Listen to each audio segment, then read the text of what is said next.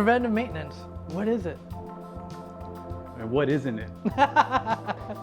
When we say preventive maintenance, it just gives you this illusion that we're going to be able to prevent future failure, and that's just not possible. And I really think it's just caused more confusion, and it puts the folks servicing machines and the people trying to do their part to be proactive with preventive maintenance at odds, because it sets a weird expectation that isn't realistic.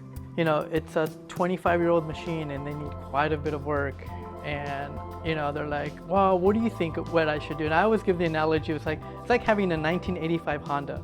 You rebuild the engine, but guess what? Your transmission and everything around it is still from 1985. 100%. And it's up to them. Do they want to repair it because there's an emotional attachment to it? Which, you know, I get it. Or sometimes I say, you know, now the money you're going to spend on repairing this 1985 Honda, why don't you apply that to get a brand new Honda? Yeah. You know, obviously we're talking about espresso machines. Yeah. And, you know, there are those occasions where you're like, this is like a very rare piece of history in espresso world.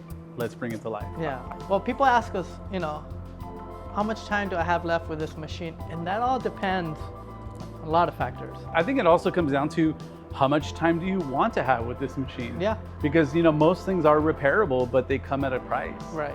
You know, so it's a little bit of a loaded question because you're asking me to tell the future.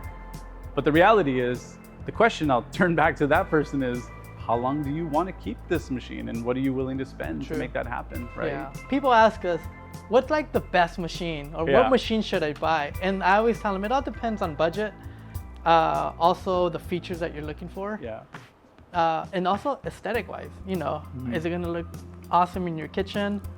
Well, I know that sometimes they're like, you know, what's the longest what machine's going to last you the longest? And again, loaded question, right? It's a hard question to answer. When purchasing a machine, who are you buying it from? What kind of like, how are they going to have your back when it comes to, because things are going to happen at some point. And then also, what manufacturer are you kind of creating a long-term relationship with? They're the one that knows your machine, its build, the parts moving forward. How easy is it to get parts? How's their customer service?